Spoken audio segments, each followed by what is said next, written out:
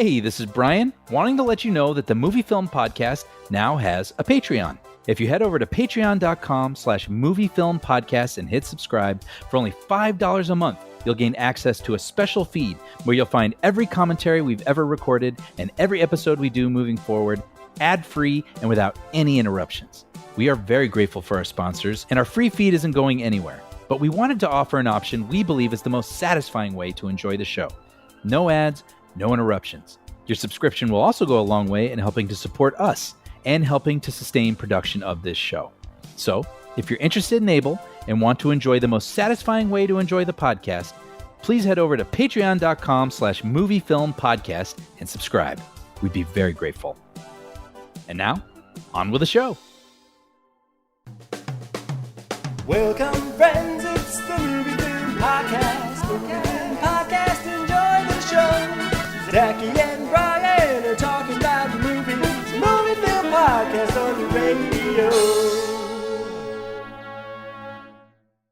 From Shane Black, the creator of Lethal Weapon, comes a mystery. It's a frame-up. First things first. Do you have the corpse?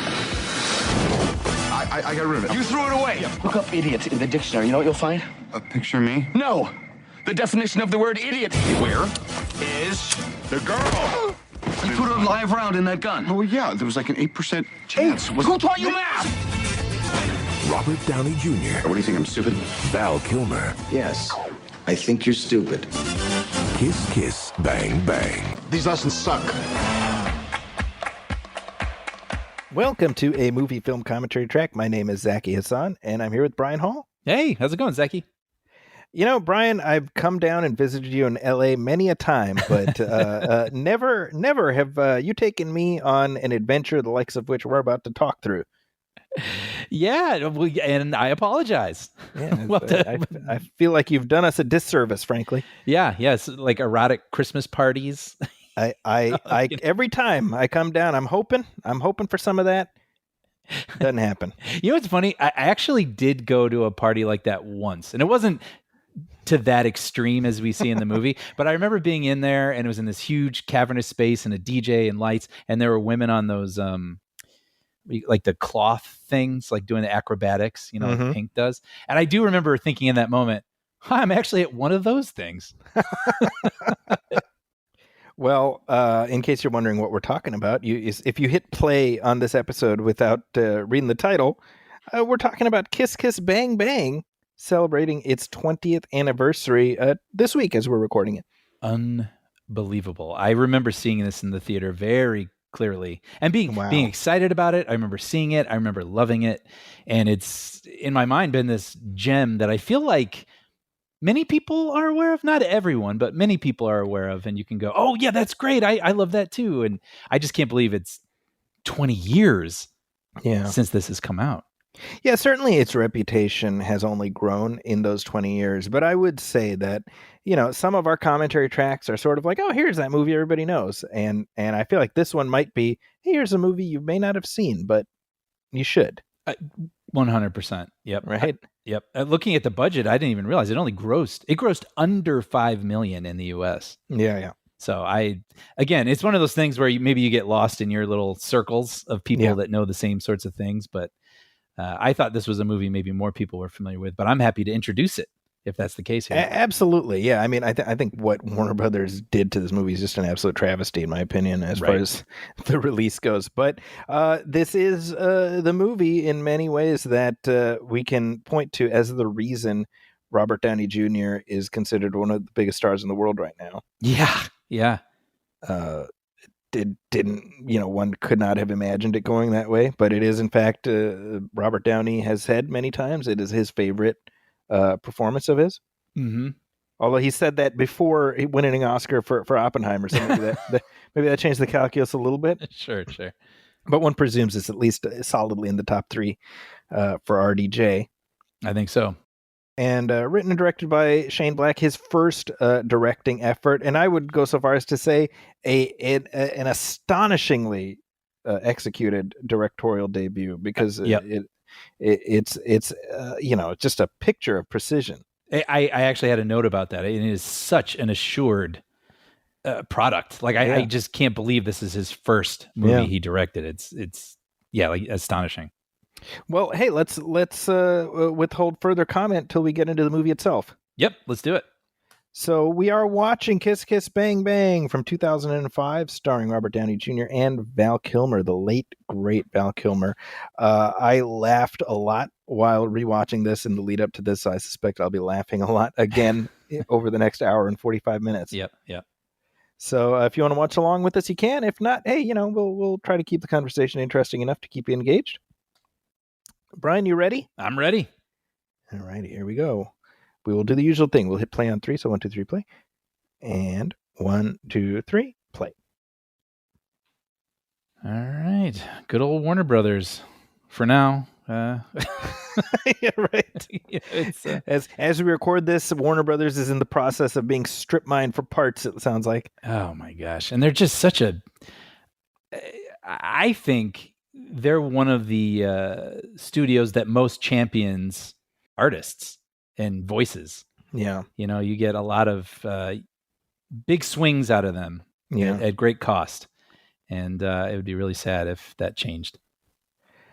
Yeah, and to that point, I mean, this is very much a reflection of the fact that they were willing to take a swing on Shane Black. I think the way this movie got made is itself a reflection of Shane Black's history, not only with Warner Brothers but with producer Joel Silver. Mm-hmm. Right.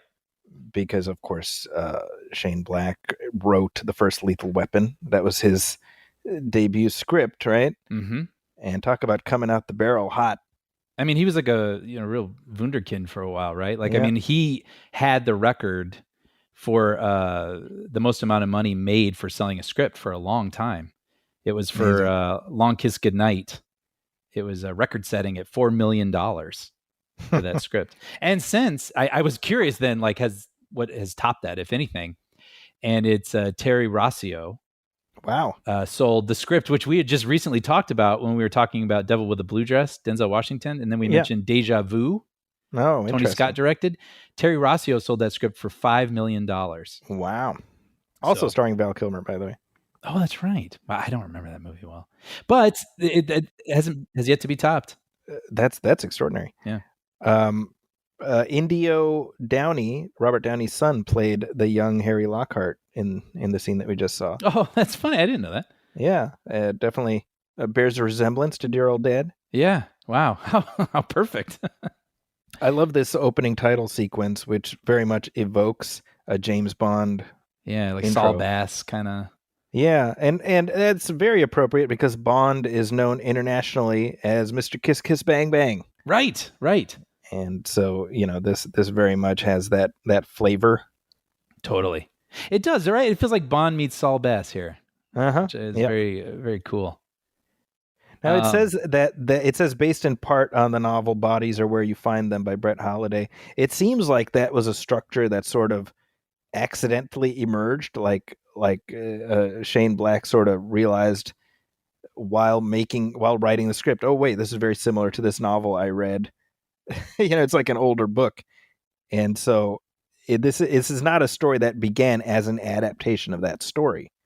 No, he was struggling a little bit because after selling the record-setting Long Kiss Goodnight script, it didn't perform very well. Mm-hmm. And he was kind of having a moment trying to figure out what he wanted to do next, how to come out of this funk. And, excuse me, James L. Brooks encouraged him to write a romantic comedy. And so he, Shane Black says that he started writing a quirky story about two kids in L.A., and but Brooks was like, needs a little more. So he was like, imagine a character sort of like Jack Nicholson from As Good as It Gets playing his role from Chinatown. Like, what about a character like that? Mm-hmm. And so Black was sort of like, you know what? This script needs a murder. So then he just kept then he came up with Perry, the character of Perry, and suddenly, it became this sort of noir. And I think he's a big fan of these, sort of noir novels, which, like you just said, eventually led him to that book. Like, oh, this reminds me of that book, and maybe that's a good sort of jumping off point for me to play with. Mm-hmm. Well, and I love that. I love that book gets a shout out. I mean, this movie is probably different enough that Yeah. There's like a plausible deniability, you know, but it's like respect, you know, writers respect writers. Yeah, well, that reminds me actually of Paul Thomas Anderson. He kind of does that, right? Where he'll take a book, like There Will Be Blood is based on a book called Oil. Mm-hmm. But he basically uses that as a jumping off point. And there's enough things where it's right to credit the book, but then he kind of takes the story and runs with it and makes it his own. But you love that he, you know, still credits the source of inspiration, right? Yeah. And even One Battle After Another was based on Vineland, right? That's right. Yeah. Yeah. But of course, it's kind of its own thing at the same time, but he credits the book. Yeah. And, you know, similarly, you know, this movie is broken up into chapters. So in giving props to the books and the inspirations, specifically Raymond Chandler novels, crime novels, the chapters of this movie are named after Chandler books. That's right. So Trouble Is My Business, The Lady in the Lake, The Simple Art of Murder. So, yeah, wearing his homages on his sleeve proudly. Well, that's really the thing with this movie is it's very inside baseball in terms of the references and everything. Mm-hmm. And so I can see how people who love not, you know, the industry and the its history and everything would really plug into all of it, just soak it up. But I also do wonder how well something like this would play in you know, in quote unquote flyover country. You know, you hear that a lot, right? Like these movies about making movies. Yeah. You know, you and I think really enjoy that, you know, sort of tale or that setting, but they don't always perform very well. Yeah. And so it's hard for me to understand because I just find that, you know, world so enticing and interesting and maybe even relatable in some ways. But I mean, this is a story that is literally from one coast to the other, nothing in between, you know? Right. This, by the way, I had forgotten how Downey Jr.'s character got wrapped up in this whole thing. So funny. This made me laugh out loud. Oh, brilliant. Where he's basically robbing a toy store and then the police are chasing after him and the police have shot his partner. Yep. And so Downey Jr. just stumbles into the first, you know, building that he can to hide and walks right into auditioning for a movie. And the sides that he's given to read have to do with his partner being killed and him, the character, leaving that partner behind. So of course he performs the part really, really well. Starts feeling troubled. I was dying. This is so funny. The thing with Downey in this movie, right, is he's hilarious, right? And part of that is just because Robert Downey's a funny guy, right? Mm-hmm. But he gets to play so many beats. He gets such a rich range to occupy, you know? Yes. Well, and all his quirks it just make this character, like this character was made for him. Oh, yeah. You know, it's someone else could play this and they would seem, I could see someone else making it kind of fun, but his funny picadillos that are specifically, you know, specific to Robert Downey Jr. are what make this. By the way, yeah. hey, good luck. So good. But you know, just sort of the like mumbling under his breath, commenting on everything, gum chewing, kind of twitchy guy. You know, what makes this guy so interesting and charming. Well, I love what Downey has said, right? Where, you know, normally he plays smart guys who are motor mouths. Mm-hmm. And this was the first time he played an idiot who's a motor mouth. Right. And I kind of love that. I know. It's great. Like he gets to do his thing, but it's slightly different. Because I would say playing Tony Stark is very much his thing as well. Yeah. But it's different. It's different. Yeah, and yet you don't get RDJ as Stark without this movie. I mean, yeah, I guess we should talk about that a little bit. Right? I mean, Robert Downey Jr. started acting in the 80s. Yeah. He was in some of those Brat Pack movies, you know, Weird Science, things like that. And then he was nominated for an Oscar for Chaplin. Right? In the early 90s. But then he had a lot of... But by the way, what an extraordinary performance in that movie. I've never seen it. Yeah, I mean, not merely him playing Chaplin at his peak, because the resemblance is uncanny, right? But the fact that he he plays Chaplin towards the end of his life too, right? And here's a guy who was probably in his 30s, Mhm. and to be able to bring truth to that, it's remarkable. Yeah. I need to check that out. Yeah. I mean, I would say he's better than the movie. I don't think it's a bad movie, but I mean, he is absolutely magnetic in that movie. Yeah. I use it a lot in Cinematrix. Yeah. Oh, yeah. That's a that's a cornucopia. Yeah. Yeah. I mean, I don't feel like I see it referenced a lot Yeah. anymore, but yeah, I'd like to see it. I mean, yeah, for his performance. But then, so he had a lot of substance abuse issues, and cost him probably a really important time in his life for his career. Right. And so it was sort of like, I mean, there were even there's that joke on The Simpsons, right? Yeah, right. Where there's like a shootout and Robert Downey Jr. is involved, and they're like, "Oh, there's Robert Downey Jr. Is he making a movie?" Like, I don't see any cameras. I see.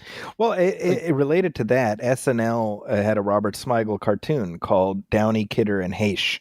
Oh, yeah. I can picture it. Right. And it was, these three actors who were dealing with troubles, and they form a detective agency. Right. And you think about that now, and it's like Margot Kidder has passed away, Anne Heche has passed away. Right.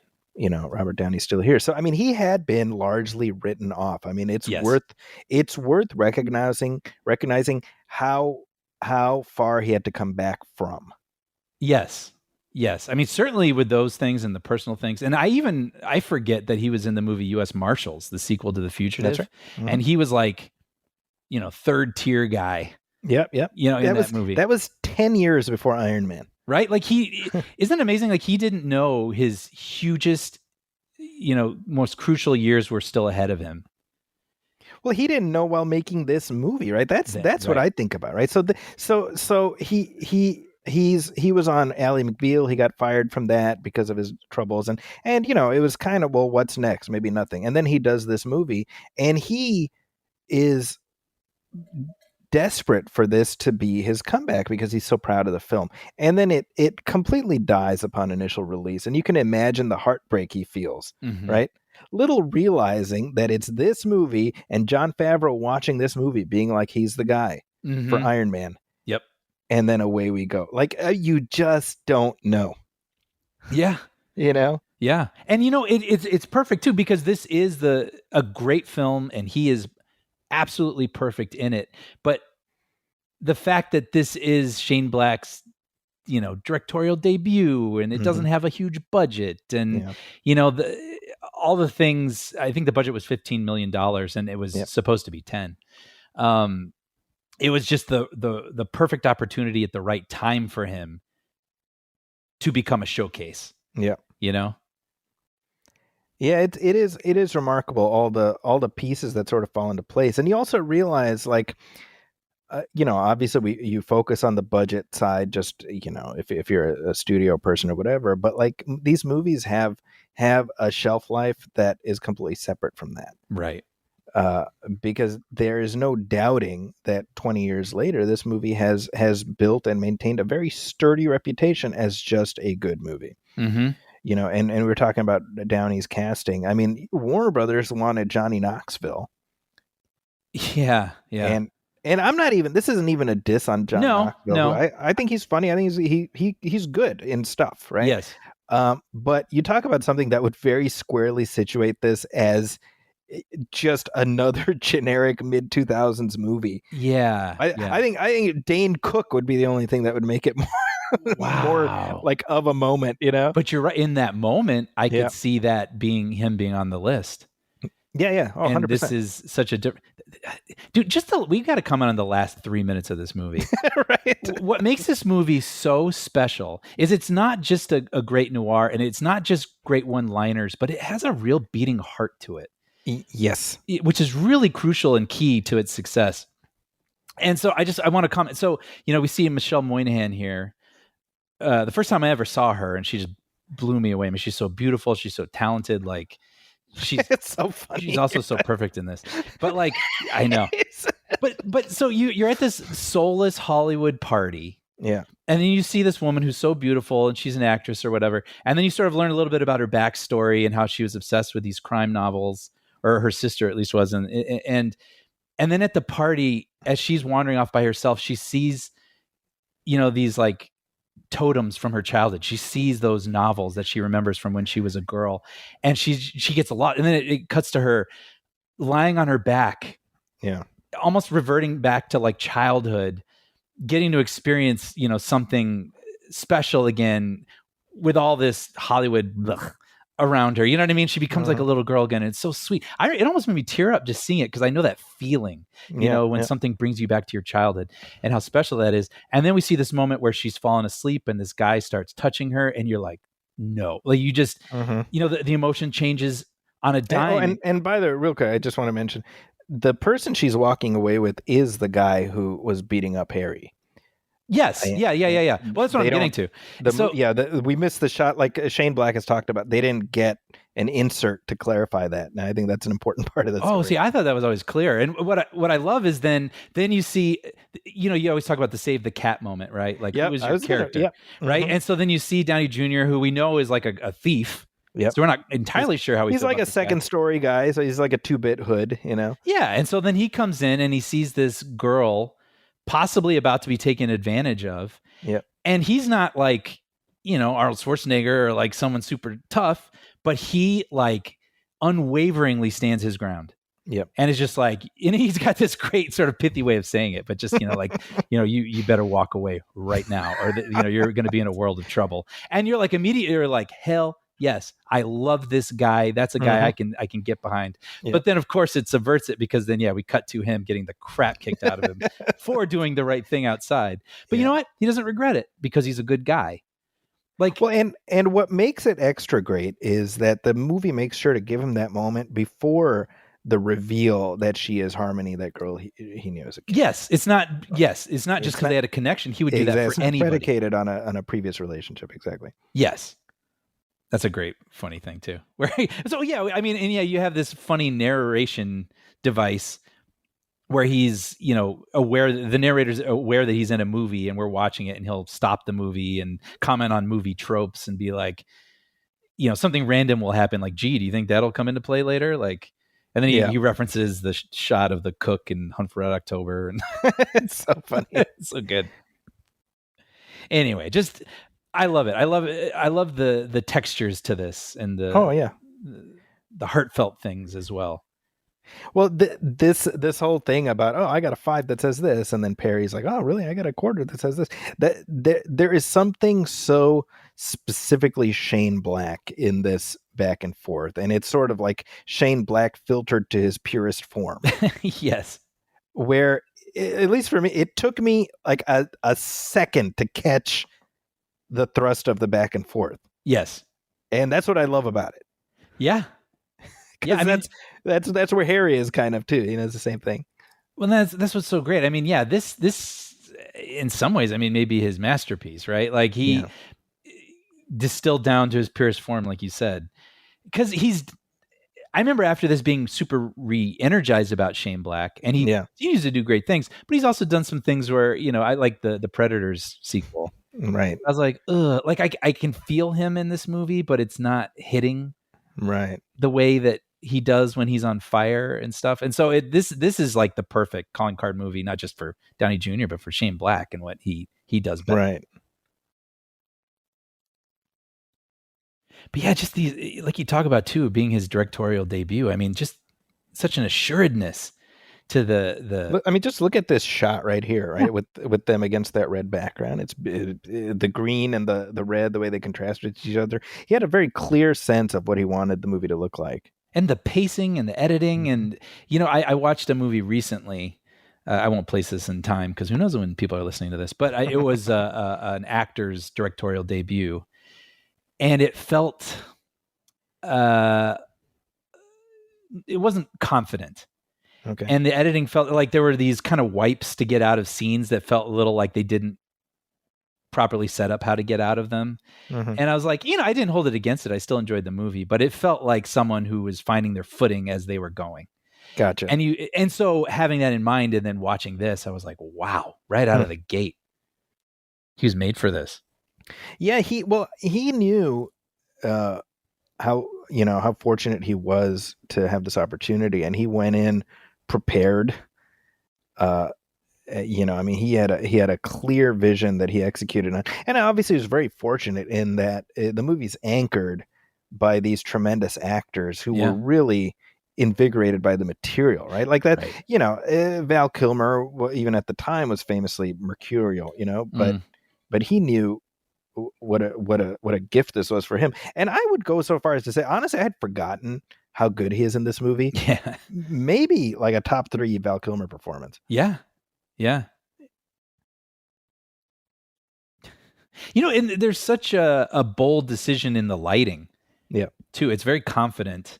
Yeah, you might even call it a swing. I mean, later in the movie, there's moments where, for some reason, like a hallway is a neon orange and their faces are blue, and there's a little splash of red in the corner, but it works.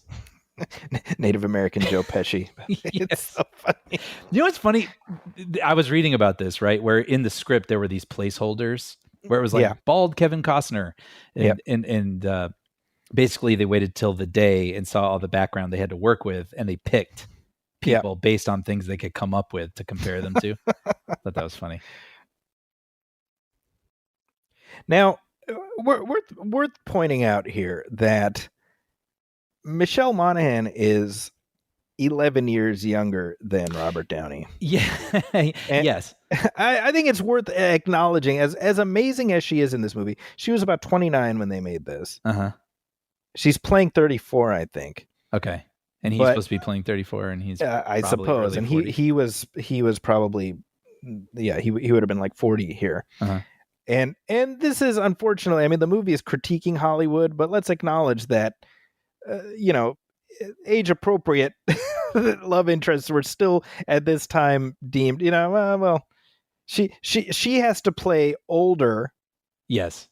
Well, he gets to play younger. You get what I'm saying? Yeah, 100%. And by the way, I want to get back to that, but I just want to call it the funny narration again, where they're showing the flashback, and those two background people are standing in front of the camera. And so, as narrator, Downey Jr. is like, "Hey, okay, let's just put the background people right in front of the thing I'm trying to show you." And then you see and I wondered if that was like ad-libbed in ADR or something. Yeah, but then the background people turn and look at the camera like, "Huh? Oh, sorry," and they move out of the way. So, by the way, I wanted to mention, I don't think we'll see her again, but Young Harmony, who he's doing the chainsaw with, that's Ariel Winter from Modern Family. Oh, wow. Yeah. How funny. One of her earliest, that was before, because Modern Family started, 2011, I think? Wow. I mean, look at that gorgeous lighting too, by the way, that red. But yes, I will say, and I'm going to gush over this movie for the remainder of the hour and 20 minutes, but yeah, it's worth calling out the age discrepancy because they're supposed to be the same age. Yeah. And I will say, I don't entirely buy a romantic chemistry between them. Mm-hmm. Yeah. She sort of, he screws it up here in a bit that would make her a little angry, but they work and they're very charming together. And I believe that there is a chemistry, but I'm not sure that I ever really buy into a romantic chemistry. Like, no, I'm with you. Maybe alluding to. Yeah, but she's fantastic. I mean, and you talk about, launching a career. I mean, she's never stopped working after this. I know. I mean, I wish I'd seen her in bigger things, like more often. Like I remember recently seeing her in Maxine, the T West movie. Yeah. She was like a cop, and then actually last night flipping channels, just coincidentally, I saw part of the Heartbreak Kid, the remake. By Ben Stiller, the Farrelly brothers. Yeah, and she's great in that. But she's so good. Yeah. Well, she was in Due Date with RDJ. Oh, see, I forgot that movie. Yeah. I remember when that was announced, it was sort of like Todd Phillips is going to be remaking Planes, Trains, and Automobiles. And I was like, what? Yeah, I'm glad they didn't explicitly call it that. No, it's its own thing. Right. Yeah. I remember seeing an AMA that Val Kilmer did, or he talked about a good time he had on Kiss Kiss Bang Bang. And he said something to the effect of like, I wish they would have told me that they were working together again, meaning Robert Downey and Michelle Monaghan, because I would have showed up just to watch them or just to see, and I've, now you read that in hindsight, you're like, oh, I wonder if he did feel bad, Yeah.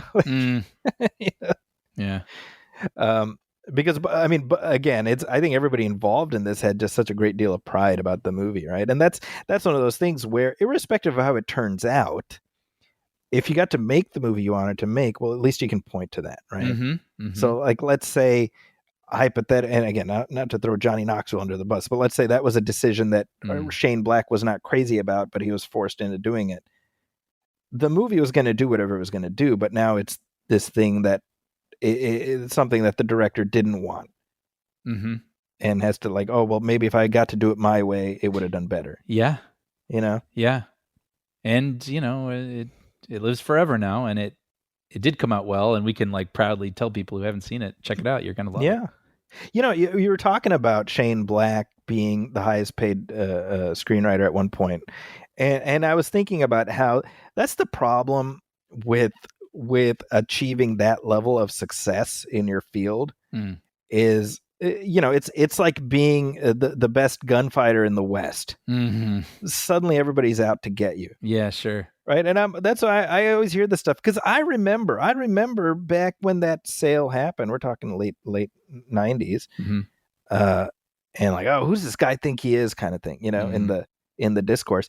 And you know, people would say that about Joe Esterhazy or whoever, you know, and it's like, you know, maybe just like the takeaway for me is like, be just successful enough to be able to do the next thing, you know, but don't be so successful that everybody's wanting to come after you. That's good. Yeah. Yeah. Yeah. You know, it's funny. That reminds me, for some reason, I'm linking it to when Jim Carrey got that $20 million I was payday. thinking the exact same thing. I was literally about to say that. Because he had just been conquering. And so then, of course, you know, it's like, why wouldn't his people push for the highest payday for an actor ever? And then that payday was for the cable guy, which underperformed. Yeah. And so then you're going to be criticized more harshly. Right. And that's the trade, right? I mean, because on the one hand, I'm like, look, man, make that money. Like, if you know what you're worth, Sure. go get what you're worth, right? But yeah, I mean, again, there's that. But, you know, it's like Rocky says in Rocky Balboa, you go get what you're worth, but you got to be willing to take the hits. Mm-hmm. And I will say, certainly for myself, I am too fragile a sort to take the hits. Yes.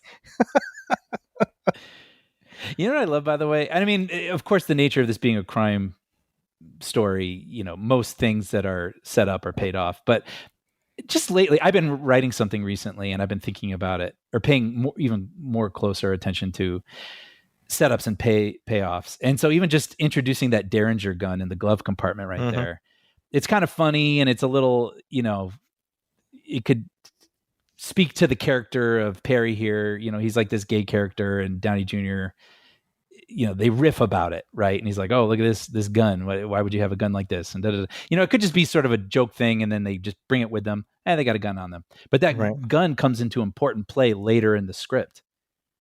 You know, like it ends up saving the day. And I was like, of course, like, you know, if you're going to have something in there, have it pay off. It's Chekhov's crotch gun. Yes. But I don't know. I really delight when a script does that and does it well. Yeah, I don't know. This Shane Black kid, he's got potential. Yeah. he seems to know his way around a script. Yeah. Well, and then, you know, we should know. Well, let's go back even further than what I was going to say about Marvel. We'll get back to Shane Black and Marvel. But so basically, Robert Downey Jr., he gets sober in 2003, and he wants to do stuff. He wants to come back. And he was dating Susan, who's now Susan Downey. Yeah. His wife, but it was his girlfriend at the time, and she was working. Susan Levin, I think was her name at the time. Yeah, she was working at Joel Silver's company. Yeah, and some sort of senior position. But he wanted to get in, and she helped him. I guess she was working on Gothica at the time with Joel Silver, and he wanted in on this. That's where he met her. Yes, right, because he was in Gothica, and that was his way into this. And so then this works out well for Downey, of course. Well, and what happened is that he was aware of the script because he would hear her laughing out loud reading it. Yes. And he's like, man, I want in on that. And he didn't really have an in, but he would just hang out. He was hanging out because his girlfriend was there at the time. And so Shane Black would be like, hey, can you just run lines? And this is like a Harrison Ford in Star Wars situation. Oh, okay, yeah. And then the more Shane Black hears Downey deliver his dialogue, he's like, this is the guy. Yeah. You know? Wait, I just want to call this this moment here where they pull the dead woman out of the lake and her dress is hiked up. Mm-hmm. So she's kind of nude. And then of course, we have established that he's a gentleman. And so he pulls the dress down. And I remember that happens in The Nice Guys as well. Do you remember that? Mm-hmm. Where that girl ends up in the backyard of that boy and her robe's kind of open. So then the boy closes the robe. That's like sort of a Shane Black touch. That's a fascinating trope. Yeah, it's reoccurring, you know? It's like sweet and horrifying. It's horrifying seeing this violence toward women, but there is sort of a nice thing where like the characters are trying to respect them. Yeah. Even in death or something. I don't know. It's kind of messy, but it's bittersweet, I suppose. But anyway, yeah. So what I love about that though is then, this creates this opportunity for Downey Jr. and Black takes a chance on him in a moment where it would be taking a chance on him. And then later, once Robert Downey Jr. is ruling the Marvel Universe and they want to make an Iron Man sequel, he's like, I got the guy. Yeah. And he brings Shane Black in, and Shane Black writes and directs Iron Man 3. Yeah. And I would say of the MCU catalog, and we talked through it relatively recently, that is one of the more auteurish entries. Sure. Certainly still has to play within that sandbox, but there is a spark of individuality that is certainly now, with 12 years of distance stands out. Mm-hmm. By the way, we should comment on that one line. That's probably the line that most people quote from this movie, where Downey Jr.'s character fumbles something, and the guy's like, you'd find if you looked up the definition of the word idiot in the dictionary. And Downey Jr.'s like, what, a picture of me? He's like, no, the definition of the word idiot, which you most certainly are. Yeah. That is definitely one of the exchanges I most remember. I'd honestly forgotten how many great lines Kilmer gets in this movie. Yeah. And the other thing, I have two thoughts. Number one, I love he's Perry or Gay Perry, and I'm like, that just seems like something, as a writer, you sort of occasionally like a quirky name pops into your head, and you're like, I'm going to use this one day. Total right. So I'm sure at some point Shane Black heard Gay Perry and was like, Gay Perry. Right. He just files that away in the old Rolodex, and he finds the perfect way to use it. Right. Right. But the other thing, number one, I'm pretty sure Perry is the first gay action hero. Yeah, Shane Black talks about that. That was why he wanted to use this character. He's like, I don't feel like I've seen that, where he's not like there so you can have all these jokes against him. Like he's the one who's kind of in control and kicking ass. He just happens to be gay, which in 2005, it's easy to forget, but it was a different climate back then. I mean, one of the funniest exchanges to me is earlier, right, or shortly after they meet, where Harry's like, "So are you still gay?" And he's like, "No, I'm knee deep in pussy." So funny. He has so many just deadpan one-liners. Well, he just had a great one where he's like, "Any questions? Hesitate to call." Yeah, and it's great because Perry's the guy who's got everything figured out. Mm-hmm. And the comedy comes from the fact that Harry is so clearly in over his head. Right.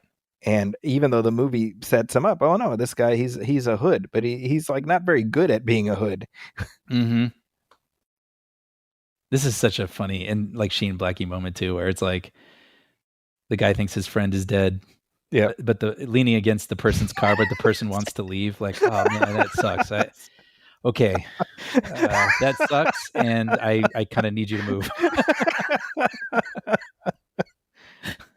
That's so good. Oh, this commercial cracks me up. Yeah. So the voice of the bear? I did. Well, I saw it because the research. Yeah. Oh yeah, it's Lawrence Fishburne as the bear. Which I wonder where that came from. Yeah, I was actually thinking about what's the connection.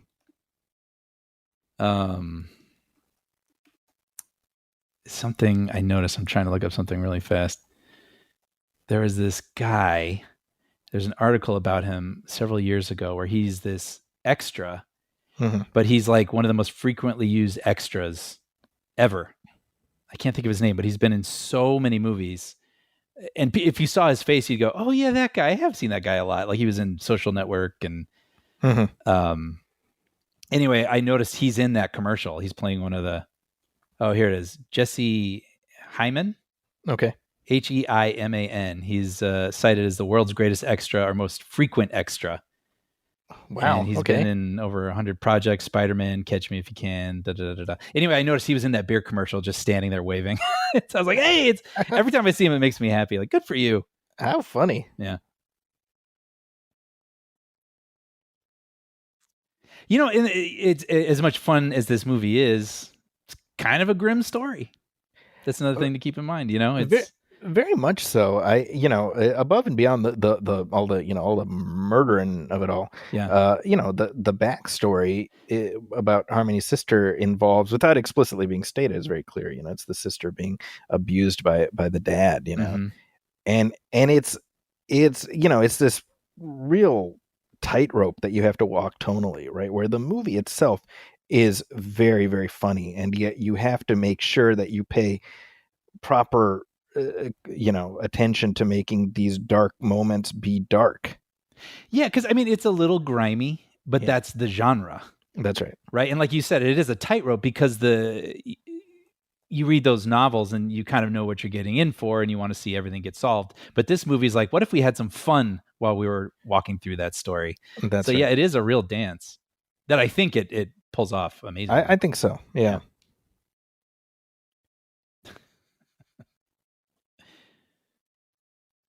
Which, I mean, also, this is a movie too. It's so funny. His expressions. It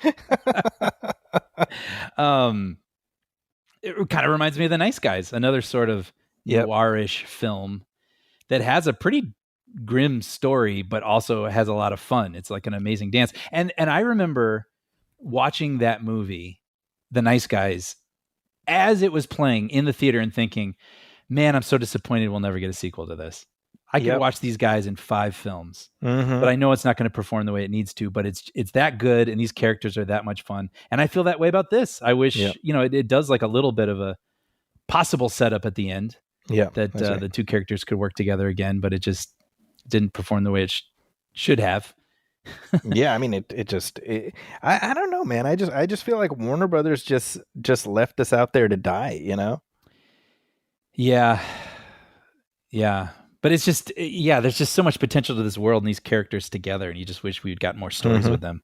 Yeah. This whole thing with the spider and the boob, oh my God.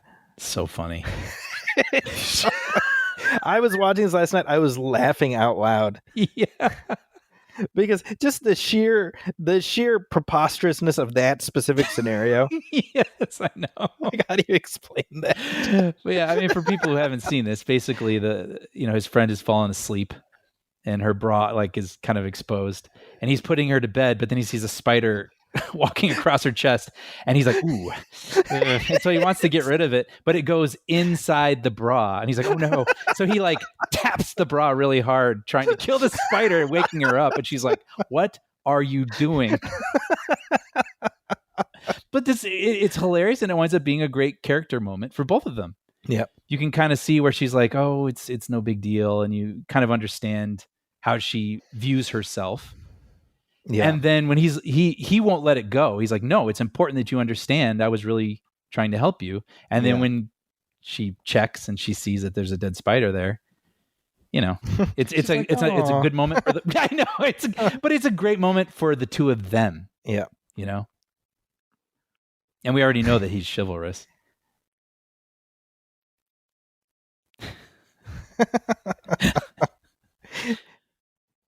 And then she's like, you're off the hook. And he's like, no, but I could have. I'm a bad boy, Right. So I was thinking Lawrence Fishburne, this is what I'm obsessing over. Yeah. It's probably a Joel Silver connection because of The Matrix. Oh, wait. Right. So, the last Matrix was 2003 or something, right? Yeah, so I'm sure Joel Silver could get Fishburne on speed dial and just be like, hey, talk about how you like sucking heads off of fish or whatever. Yeah. He's like, okay. Dude, this part here, again, man, there's so many laugh out loud moments here. So funny. So Harry's taking a whiz. He sees the body and he's so shocked he pees on the body. Well, because he's in the middle of peeing. He's mid pee. And then he sees the body and he turns. He's like, huh? And so he's peeing all over the body. which is hilarious because I've never seen that before. Yeah. But then also it does screw him up because now his DNA is everywhere. Yep. So it's like it creates a problem. Oh my God. Dude. God, dude. You know what I will call out, just because we are going through this, like, minute by minute, but there is like this weird sort of continuity thing that does jar me every time, where basically he has that moment with Michelle Moynihan and he's just like, okay, like, well, I'm going to go use the restroom. And then we cut into the restroom, and to me, the energy feels different. Like it was probably filmed on a different day. And he's like, okay, well, now I'm just in the restroom. I'm going to pee in there. And then he's kind of like ad-libbing, like trying to get himself into the scene, and starts peeing in the toilet. And it always like, oh, I bet that was filmed a different day. How fascinating. The energy feels a little. But yeah, that moment. And then yeah, so he calls Perry and he's just like, okay, there's the body. He's like, okay, well, here's what we got to do. He's like, wait, hold on. Just so you know, I peed on it. What? Can they get DNA from that? Why would you pee on it? Oh, man. But you just look at the color, like the green outside, but the blue in the car. It's such a choice. Yeah, no, that's what I'm saying. There is this great noir kind of, sensibility. It really makes LA look unique, Yeah, vibrant and colorful and alive, and yeah.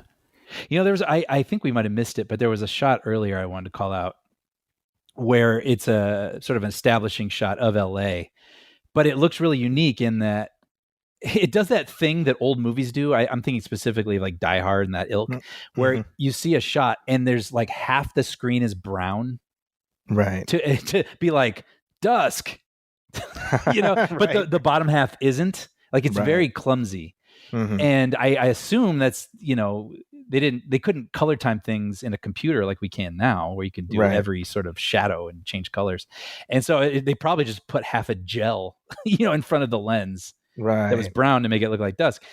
And I almost want, and now we're past, Oh Brother, Where Art Thou and stuff at this point, where they like turn the whole movie where it looks like you're looking at it through a glass of lemonade or something.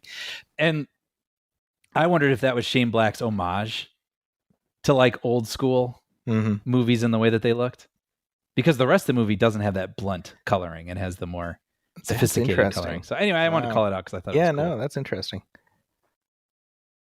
This is so disturbing. You laugh, but you're also like, that's so awful. Yeah. Seeing that body hit the dumpster.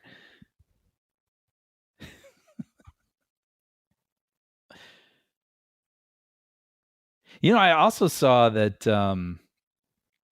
an early iteration Warner Brothers was considering for this was Benicio del Toro for Harry and Hugh Grant as Perry. Interesting. And I'm like, yeah, it's interesting seeing those ideas. Right. Because then you're like, oh, so that movie would have felt kind of like this. Yeah. The multiverse version of this. Right.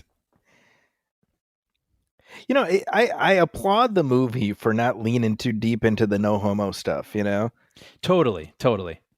And you can imagine 10 years earlier, you have Perry sort of mincing and prancing and, Yes. And thankfully, they didn't do any of that, but he's very unabashedly who he is. Mm-hmm. And even Harry isn't like, ew, kind, you know what I mean? Yeah. Like, yeah.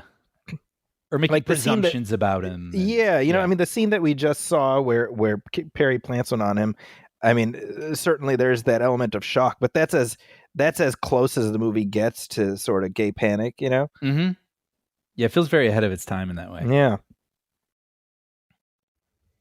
Because sometimes I'm still shocked when I go back and watch movies from the early 2000s and I hear some of the words that they'll use. I'm like, oh, yeah, we're still doing that then. We're still doing that. Yeah. Yeah. Really.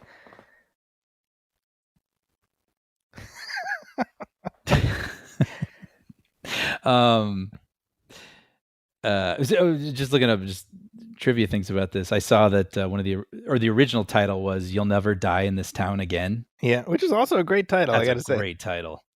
I think "Kiss Kiss Bang Bang" is a little more accessible if you saw it in the video store back in the day. Yeah. But that's a great title. You'll Never Die in This Town Again. I think Kiss Kiss Bang Bang properly conveys the tone, which is sort of farcical. And, I think You'll Never Die in This Town Again is very Johnny Gossamer, if you will. Yes. Yeah.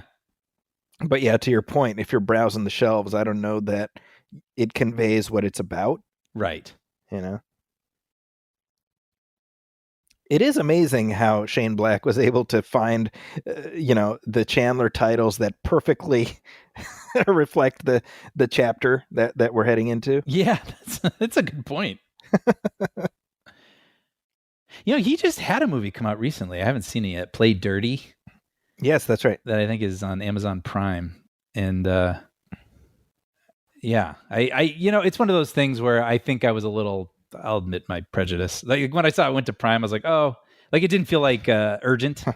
Sure. But it's coming from an author I like. So yeah, even like a movie that may not rise to this bar might still be enough fun. So I mean, look, unfortunately, the world we're living in now is one where you just have to accept that state of affairs more often than not. That's true. That's he's taking the notes. Gato, just drawing a picture of a cat. Because he's pretending to be a private eye because that's what Harmony mistakenly assumes. And he when she asked if you're a private eye, he would happen to see part of her nipple. Yeah, and you stop thinking properly in a situation like that. Right. Well, that was set up well too, because at the beginning when that woman is asking, it's like a runner in this movie, women asking him what he does. Which was I feel like you don't hear that joke as much anymore, but that used to be like, I remember in Swingers that was like a runner also, or you go to a party and people are like, what do you do? It was kind of like an LA joke. But you've never been in that situation? Oh, sure. Yeah, definitely. And I mean, I do too, because you're just kind of curious because, it's so almost a funny thing too, where it's like industry, like, do you work in the industry too? So we can relate over that or... So is it that, or is it like people deciding whether you're worth talking to? I'm all of it. I'm sure it's all of it. Yeah. But I mean, obviously the joke that you see all the time in movies is you're being judged. Right. Do you do something that is worth me talking to you about? Right. Or talking to you at all? Which I think it comes later, but there's a funny joke where the woman comes up to him at the party and she's like, what do you do? And he says, whatever. And then he's like, is that it? She's like, yep. And she just walks away. That's right. We understand what's happening here? Okay, bye. It's very funny. Then I had to rewind that because I didn't understand what he said there. The ungooshed head. Yes, that's right. Ungooshed. Yeah, I know you're not a subtitle guy. No, you are? Always? I mean, I know you've used them, but you always? Subtitles are standard issue for me. No, I know there's some people right now that are very satisfied hearing that. But like, I get it. I really do get it. I think for me, my eye is drawn to them. Yeah. And I'm such like, I mean, there'll be movies that are just kind of mid movies, but like they're so freaking enjoyable to look at that they go up a letter grade because I'm just such a visual person when it comes to movies. Yeah.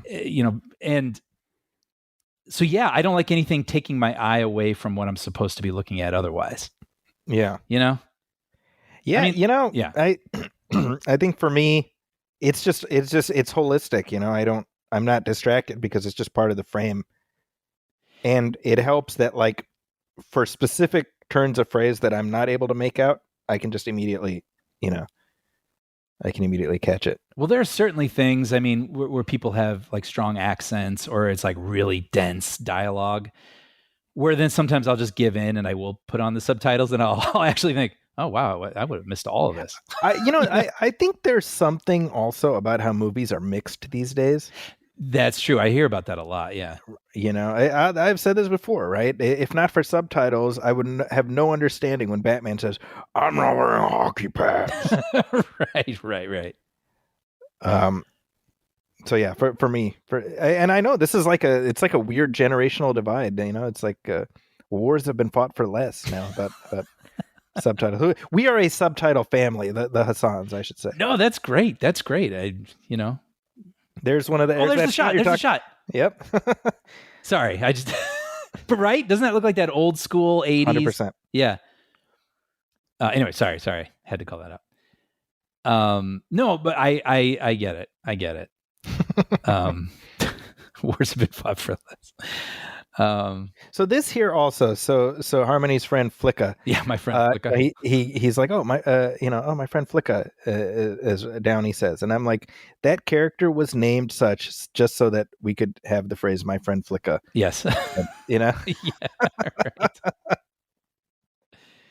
Well, it's funny too because there's sort of a joke about he's like, yeah, out here in LA, you're going to meet a woman named Jill who spells it with an I and an E. That's right. And I do feel like that was sort of like a funny thing that you would encounter every now and then. But like now I feel like that's almost normal. You right. keep meeting these kids that have these really takes on interesting, on names that are just spelled different. I don't know. You know what I mean? Like I feel like it's become much more common. Yeah. I was also kind of noting how this scene was lit here in the gate at the airport. It's really dark, which obviously is a choice, right? But it fits the tone of the movie. Like it would look weird if he was suddenly under bright neon lights, or not neon lights, or what do you call those? Yeah, well, like the normal lighting you'd have in an airport. Yeah, and it stood out to me, but I loved it because it felt of a piece of the whole movie and made me feel like, yes, I'm in LA, but I'm also in like a different type of LA. I'm in a crime story LA.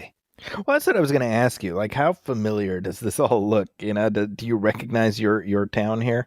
I mean, yeah, kind of. I mean, it's not as brightly lit, with all the reds and the greens and the blues. But yeah, certainly, this is very like downtown, like the Standard Hotel and all that kind of stuff. Oh, this is like this part right here. This is probably my clearest memory of this movie.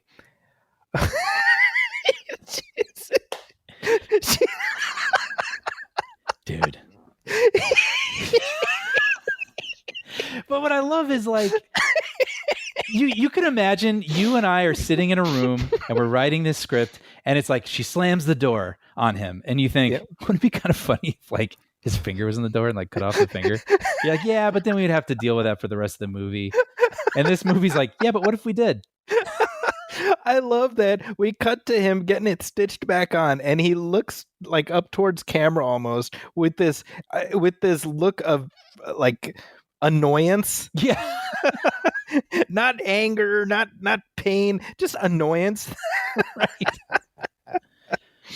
But it's so great because then we'd have to deal with it the rest of the movie. Like he's kind of high for some of it and he's not thinking clearly. And then of course, like it comes undone and the dog, gets away with it. Like it creates more situations. She slams the door and then she opens it. She's like, did I just, he's like, yeah, it's on the ground.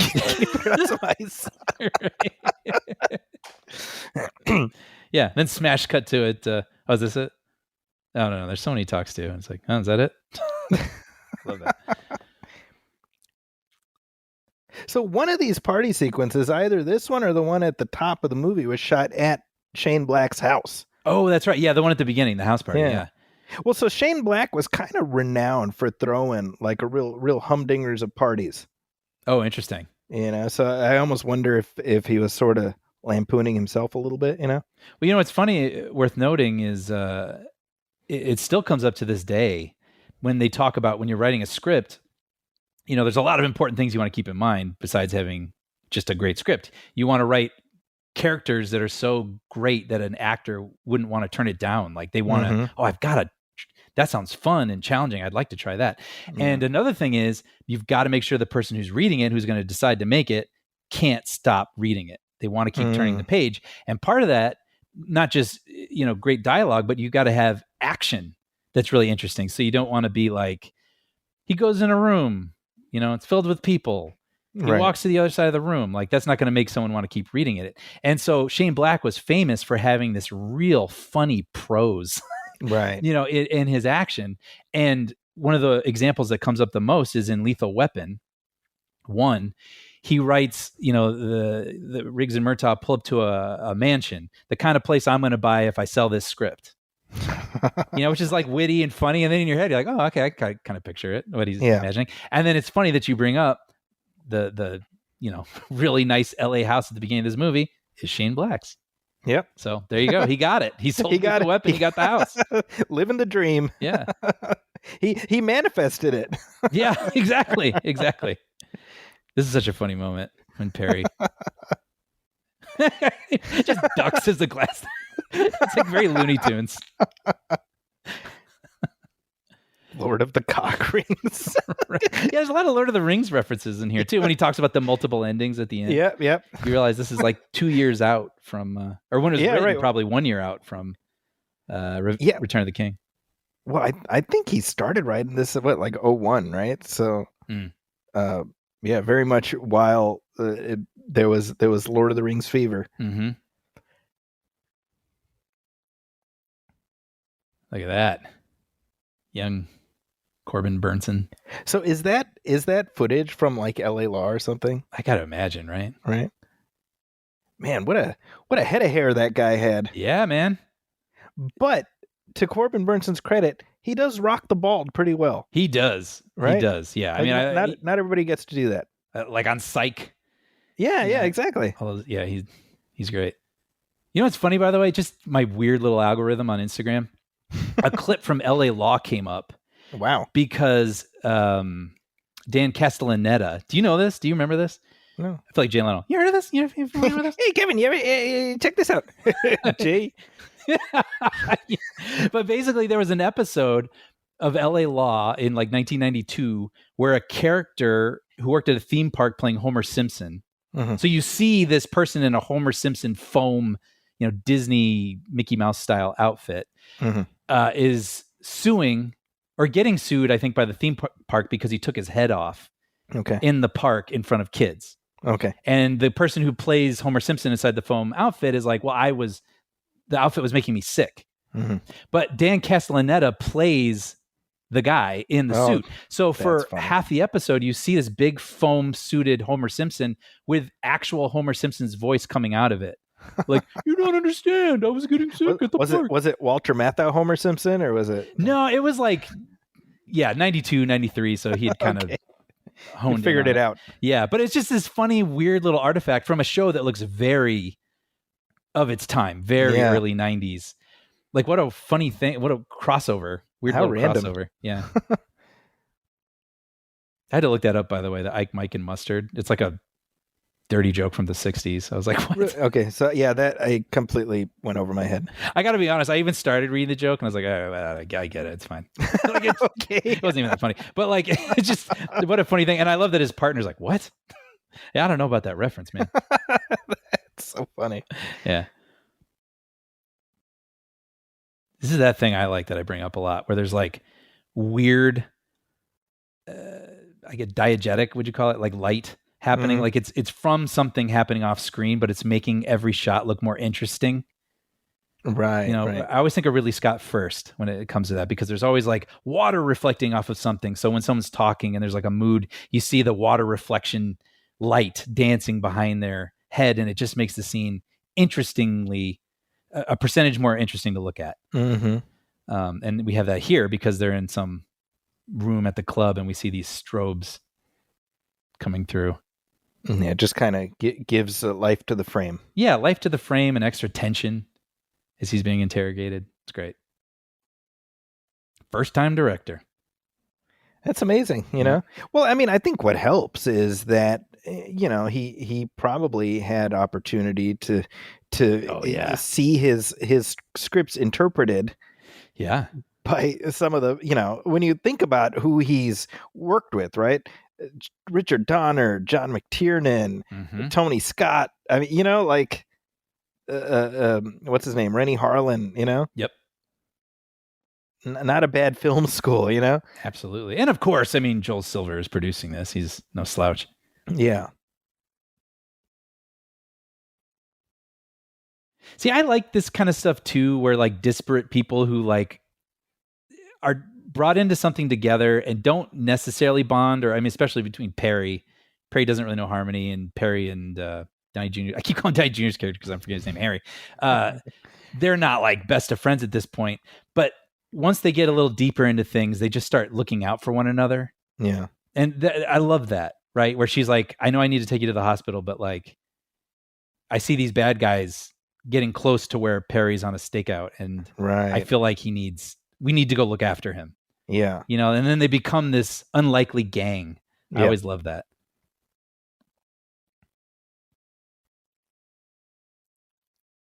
MacArthur Park, that always makes me think of that Weird Al song. Oh, right. Yeah. That's right.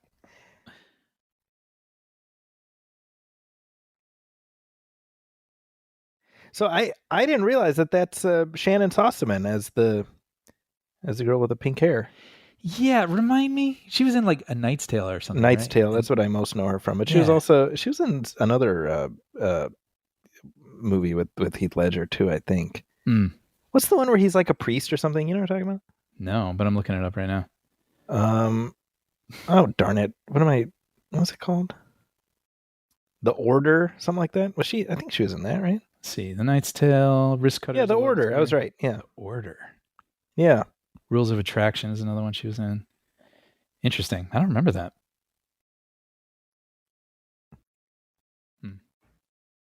Yeah, I remember Sean finding her quite comely. Oh yeah, Shannon Sossaman. Yeah. Oh, she's in The Holiday also. The Jack Black movie? Yeah. Oh, okay. Oh, and yeah, you said Wayward Pines, right? I didn't, but yeah. Oh, 40 Days and 40 Nights. Yeah, this is all kind of coming back to 40 Days and 40 Nights. Yeah. Yeah. Okay. We'll get to it, but she has like a really upsetting death. Yeah. A weird, again, bittersweet's not the right word, but there's something sort of like she gets to have one last connection, like an unexpected connection. He has to watch her, and it's like so. Yeah, it's a great moment for Harry. Yeah. In terms of his progression as a character, you know? Right. Oh, yes. Well, then, yeah, the way he retaliates. Yeah. Yeah, the action's handled really well in this, isn't it? It really is, you know? Very clear. And seriously, man, Val Kilmer is so cool in this movie. I know. You know, he's the way he dresses and everything. Yeah, the way he carries himself. Yeah, and I don't know. I mean, obviously, you can't help but watch him in this movie with this tinge of sadness. I know. Not only because he just passed away recently, but also because this was one of his last performances where he was, fully present, Right. And there's just something about that as well, it's, I don't know. There's just these performances live on, right? And so they imbue these actors with immortality, right? Val Kilmer's work will be watched as long as people are watching movies, right? And yet, like that immortality is intertwined with how temporal it is, Yeah. So strange. We talk about that a lot, right? It's weird to see the passage. Like at this moment, when I saw this movie, and I saw it after, I definitely saw it on home video. I'm trying to place it chronologically. If it was probably after Iron Man. I'm trying to remember. Mm-hmm. But regardless, I mean, it was just another Val Kilmer performance, right? Like, and you watch it now, and you're like, oh, this is like water in the desert, because there aren't many more left, you know. Yeah. Yeah, this is kind of dark. Yeah. But again, that's the thing, right? Like, we're having so much fun, but he is telling a crime story. So it's like, yeah, those moments have to hit. Yep. And they do hit, and it's I don't know. They're not jarring. They don't rip you out. Yeah. They just remind you the story that you're in. That's right. Yeah. Shoot, there was something I was going to say and I lost it. But yeah, no, I do remember seeing this in the theater when it came out. Like, this was an event. Oh, this moment. So I don't know how to explain it. I don't know what the word is, but there's something so awful about it. But like, watching them lock eyes is just so, and just her so almost even innocently after being shot, like, who are you? Yeah.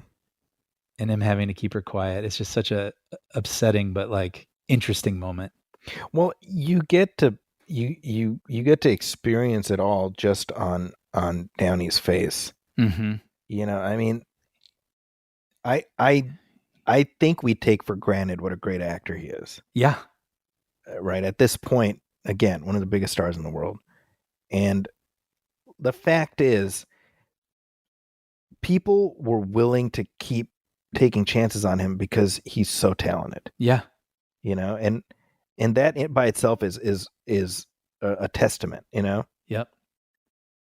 And I love all his choices here because now he's seen too much. That's right. You know, he saw that woman at the lake and he had to cover her up, and he had, you know, he apologizes to that the same dead body that he leaves on the curb. He deserved better. And here he's just had enough of it. And I love how he looks away. Mm-hmm. Yeah. He's so like seething. Yeah. That, right? Like he looks away at first and there's like he looks like a boy almost. Yeah. Yep. But then it's anger. Oh, looking at her. Incredible. Yeah. I mean, it's a fantastic performance. Yep. That's a moment that should be on his reel. Yeah. You know, and then there's an extra weird juxtaposition-y sadness to this where you have a Christmas song playing in the background. Mm-hmm. But it's also, it is Blue Christmas, which is just inherently kind of a sad song. But we haven't touched on this yet. This is a Shane Black movie. Of course, it takes place at Christmas. So what are the origins of that? Is that just something like he sort of accidentally did, twice and then was like, okay, that's it. I'm in this now. I don't have it in front of me. I've read him talk about this before, but his paraphrasing, his answer was, there's something about Christmas where everything is heightened. There's decorations everywhere. The same music is playing in every store you go into, and we're all experiencing it at the same time. Yeah. And it creates like a mood, an elevated atmosphere. And so setting a story against that just makes everything feel even more heightened or unique or something in a certain sort of way. And so he just likes adding that extra bit of elevation that we all understand to all of his story. And it is almost all of his stories take place at Christmas. Yeah, well, certainly, in Lethal Weapon, we start with Jingle Bell Rock. As we watch something horrifying about that. Yeah, and then we segue into Amanda Hunsaker, nude and high, tossing herself off a high-rise, Yep. And you talk about a friggin' great intro to a movie. A kind that makes you say, oh my gosh, like what's going to happen next, Yep. By the way, this is a famous Joel Silver thing, right? And I can't help but view things through the lens of topless women, Joel Silver. I was actually thinking about bringing that up later with Moynihan, because that's a thing. Like Joel Silver literally was like, there's got to be a moment where there's a topless woman. I mean, you even get in Die Hard where it's like improbable. How would that even happen? But they find a way. And that was the tenor of those producers in that moment. And I thought of that later where we see like a glimpse of, like, it feels like a story moment earlier when he catches her nipple, but like later when we see her topless, it is still like story driven in a way, but I was like, I couldn't help but think, oh, Joel Silver. Well, there's a moment earlier in the film that's more gratuitous. Oh, right. I forgot about where that. Harry's talking to that woman, and then we see the movie she was in or whatever. That's right. That is, I mean, that feels less common these days, right? Or am I wrong? I feel like that's more in like the TV space these days, where you watch this is an old reference, but like Game of Thrones or like whatever. Sure. Like it just feels like every streamer feels like, oh, we can do whatever we want, so we're going to. But it does feel like movies have stepped back from that. That's fascinating. Yeah, it kind of is, isn't it? Yeah. Shoot, I was going to say something. When we were talking about Lethal Weapon, that's another thing too, where sometimes I forget when you think of Lethal Weapon, or at least I'll speak for myself. I tend to think of the tone of 3 and 4 more, or especially 4, where it is literally just like is a hang. It is sitcom shenanigans. Sitcom shenanigans, and it's really funny, and they're cracking jokes. But Lethal Weapon 1 is dark. Yeah. With fun elements. Right. You know what I mean? And it is kind of the similar dance we've been talking about with this movie. Yeah, although I would say this one is more broadly comical. Oh, 100%. But yeah. I just mean like, I forget about that with Lethal Weapon, that it's a little, the first one especially is a little darker than I remember. Yeah. And it's worth noting, then he wrote Lethal Weapon 2, but the studio didn't want to go with his version because it was much darker. He wrote Martin Riggs getting killed off at the end, which I would say probably in that particular instance, the studio might have had a point. I think no, I agree. But it's funny because even in this movie, they talk about, when Perry, you think he's dead, but he's back, and he's just like, oh yeah, studio doesn't want to have a dark ending. Yeah, you got to wonder if that's Black still stinging from. And yet, I think I was thinking about that while watching. I'm like, no, this is the more tonally appropriate ending. Oh, I completely agree. Although you get that wonderful moment where Harry gives him mouth to mouth, and then the blood comes out, and you're like, oh, yeah, that's a really amazing visual to help us understand what's happening. And then, yes, I don't want to see him dead. I'm happy he's back. Exactly. Yeah.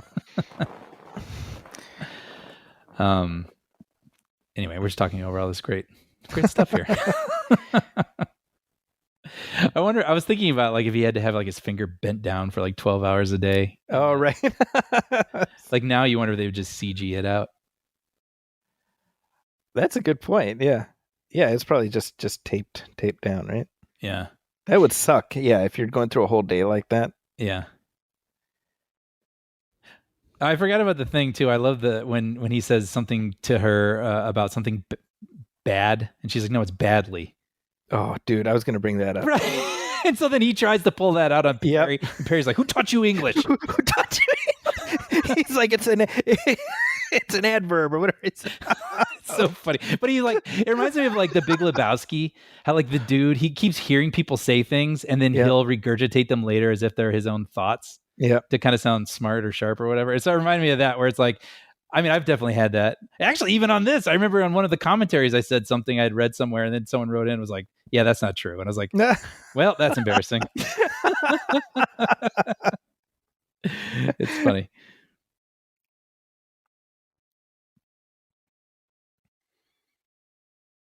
Yeah, I love how, we're now, into the third act and the rhythm of the story is such where you're like, okay, it seems like they're wrapping up, but we know that's, we still got time. And so I love how Harry's flicker of recognition sends us into, the last third of the movie.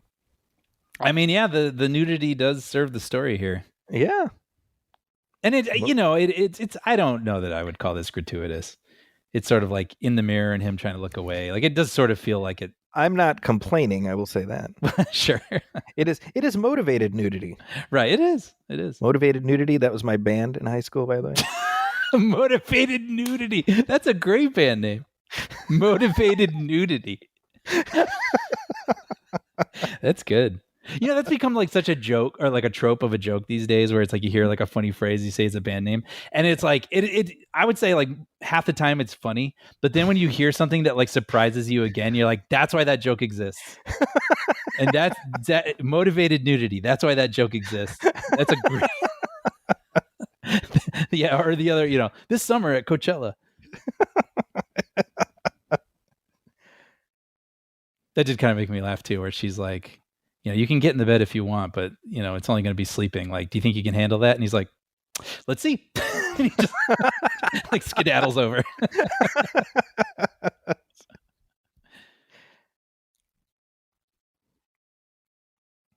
It's just kind of like an interesting sort of dynamic, isn't it? And then him being like, you know what? No, I can't handle this. I got to go. Yeah. Versus like a straightforward romance or something. It's the crime story. You think of the femme fatale and those sorts of things. I think to the point you're making earlier, right? There is kind of a sibling-ish relationship between them. Mm-hmm. Right. That does make us almost not want to see them get together. That's it. It does feel slightly more sibling-ish. Yeah. Yeah, but I want this. I love. I mean, obviously, like Michelle Moynihan. If I'm trying to put myself in the story, I'd like us to connect too. But like, yeah, something's like a couple degrees off for me. But I mean, not enough that I can't go with it. Yeah. It is remarkable to think of where Downey was at career-wise at this moment, right? And we talk about how, Marvel was like, no deal, we don't want this guy, and you had to come in and test, and it was an uphill climb. Mm-hmm. Shane Black got him halfway up the hill, Jon Favreau carried him the rest of the way, kind of thing, and then we cut to 20 years later, and he's being called in by Marvel to help save the franchise. Right. As we record this, Avengers Doomsday has not yet come out, so one hopes it's a successful triage operation. Yeah. But, that's yeah. But certainly it speaks to how much things shifted for him. I think about that sometimes. I mean, sometimes you can be in a moment in your life and think, well, this is how it is, but like, I guess this is as good as it gets. But like, you can never predict. You never know what lies ahead, and some of the best days may still be ahead of you. You just. I mean, look, to me, the ultimate measure is that you can go up to most kids, say, 12 and up, and be like, who's RDJ? Mm-hmm. And like just those 3 letters, and they'll know who you're talking about. Mm-hmm. Right. And that's a pretty short list when you think about it. Yeah. Of folks you can say that about, Yeah. And then, of course, are some great titles for these Johnny Gossamer books. I love them. They have this such verisimilitude, That's so great. Yeah, the covers, the art. Yeah, they perfectly evoke, that specific era. Yeah, and Johnny Gossamer, what a name! Right. It's so perfect. But see, yeah, I love this now. Harmony's in trouble. We got to go. Mm-hmm. These 2 people who weren't really getting along earlier. Now they're sort of united in this unique way under these circumstances. Yeah. I love that stuff. Yeah, I mean, very much the ingredients here were shuffled around a bit and put to use again in The Nice Guys. Mm-hmm. About 10 years later, right? I think it was, what was that, 2016? Yeah, about that. So it's a goddamn shame that it didn't pan out then either. Yeah. Right? I mean, that's the frustrating thing is you got these great movies. Everybody who watches them comes away being like, well, that was just an absolute corker of a time. Mm-hmm. And unfortunately, it didn't matter at that moment, Yeah. Yeah. And that's the other thing, too. I mean, it's so hard to come up with duos that are just like irresistible and have amazing chemistries. And, of course, they have to not get along at first, and then it's like, how could we live without each other? And like, that's just how do you cast that and get it right? But Black keeps getting it right. I know. And then Russell Crowe and Ryan Gosling, before Ryan Gosling is who he is now, and we all know that he's funny, and he was so funny in that movie. Well, that's another one I'm looking forward to coming back and talking through with you. Yeah, dude, look at that phone. Right. Gosh, I think about that now. You just take it for granted. I was actually filming something with my iPhone the other day, and it was the choice to shoot in 4K, and I was like, what? I know, because I don't futz with that very often, but I was like, I can shoot 4K. I could shoot a movie on my phone. But I remember back to these early days of phones, like Nokia phones, and they had cameras, and I thought they were amazing, but they really look like something that's been photocopied 30 times, and kind of rough. I mean, I think back to when you and I first met, and we'd be shooting around and doing our projects, and in order, you could shoot on like a Sony Handycam, or you could try to up the ante by doing as we did back in the day, Ocean's 11 style maneuvers to get the high definition cameras out of the COD television station. Yeah, right.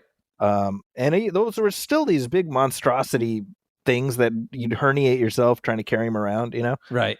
Now it's like, oh yeah, we got a 4K camera in our pocket. Yeah, it's wild.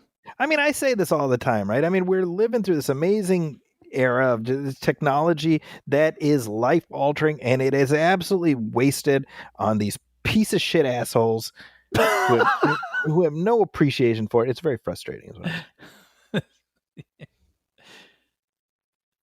well. But yeah, no, I don't know. I just think about whatever. I've just realized this is like becoming a journal entry for me. I'm gonna stop. I don't want to hear it. Well, no, I was just gonna say, I think about those were the days when I had that type of phone where I was working on all these movies. Yeah. And they were amazing. I was like Mr. and Mrs. Smith and these movies that took place in a casino, but the casino was built in Los Angeles.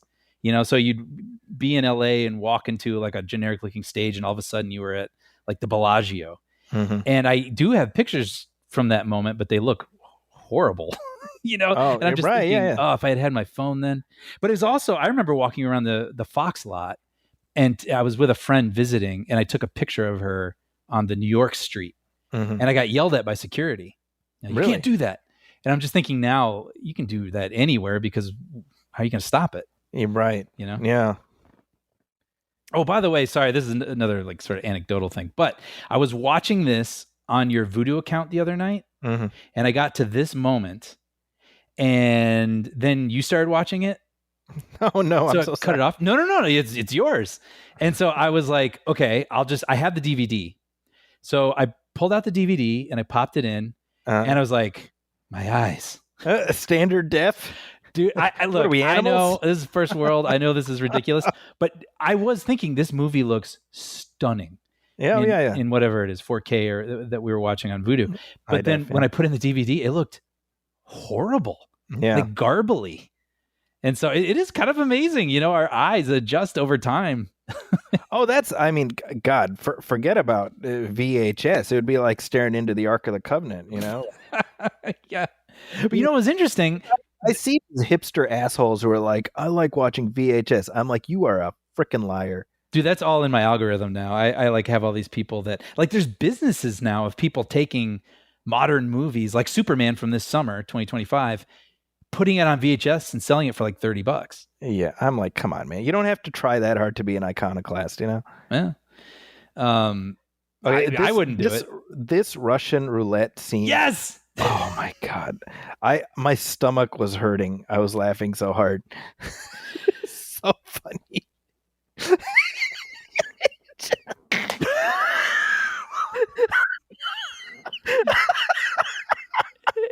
It's so dark, but it's so funny. I love that too. He's like, well, there was like an 8% chance. 8? Who taught you math?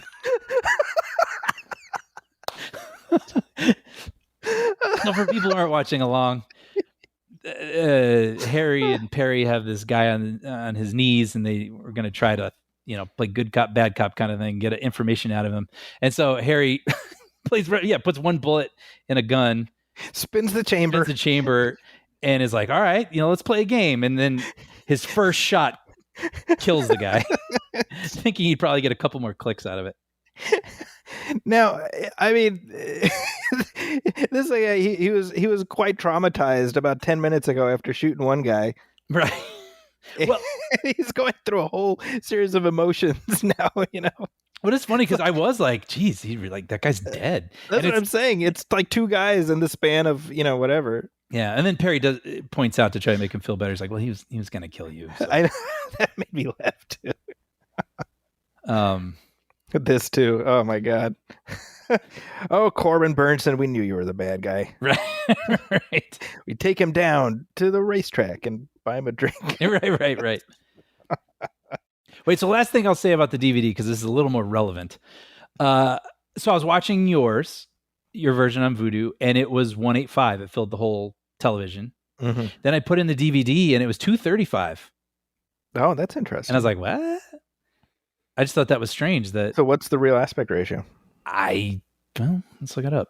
But I just thought that was strange. I didn't. Yeah. That it would exist in two different aspect ratios in two different places. I love this bit right here where Harry catches the phone. He's like calling for help. They're like, yeah, he's talking to the carpet cleaner. Nope, it's Harmony. She's that fast thinking. Right, I love that. Well, yeah, I was even thinking like her ad lib's pretty good. Yeah. You know, she's making up a great sale. It reminds me because we get a sense of that at the very beginning, right? Because she gets on Larry Miller's radar because he sees her on the news broadcast. That's right. And she's just kind of vamping, Mm-hmm. Oh yeah, that's right. That's right. It's in character. Yeah, it fits perfectly. Yeah. Yeah, this is something I hope to never experience. Having having electrodes on your wang. Yeah. Yeah. I agree. Not a fan. Not a fan of the concept, I have to be honest. It's just such like a disturbing touch too. I think the movie could have gotten away with just doing this, but then how he's got that squirt gun to wet it down. Ugh, I know. It's like, ugh. It just feels even more real world and disturbing. Yeah, I gotta say, what I said earlier about how I'm mad at you for not taking me to more Hollywood adventures. If this is a possibility, I'm going to say thank you for not taking me on any of those Hollywood adventures. Right. Yeah. But see that pop of yellow in that doorway right there? Mm-hmm. Everything else I just love it. I mean, I love that the color scheme of this movie is like a Joel Schumacher Batman movie. Yeah. Wow, put to great use though somehow. Yeah, where you don't feel like you're in a cartoon. I don't know. It just 10 years after Val Kilmer played Joel Schumacher's Batman. Yeah. Oh wow, that's funny. Look at that. I looked it up. The aspect ratio is 239. Okay, so Voodoo had it wrong. Has it cropped? Yeah, isn't that strange? Interesting. Mm. This is when I think of moments I remember from this movie. This is the other one where the Derringer comes. Stop helping. Well, that, and then when the Derringer comes back into play and he shoots the guy through his crotch.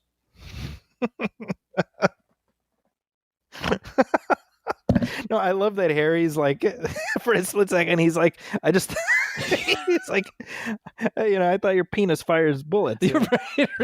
Right. Like delivered kind of sincerely. Like somehow you guys could do that.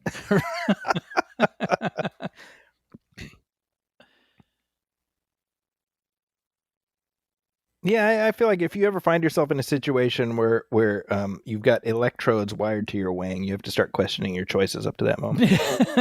Right. This was making me like tense up how the coffin was in the back of the van with the doors open. And I was like, it could just slide right out.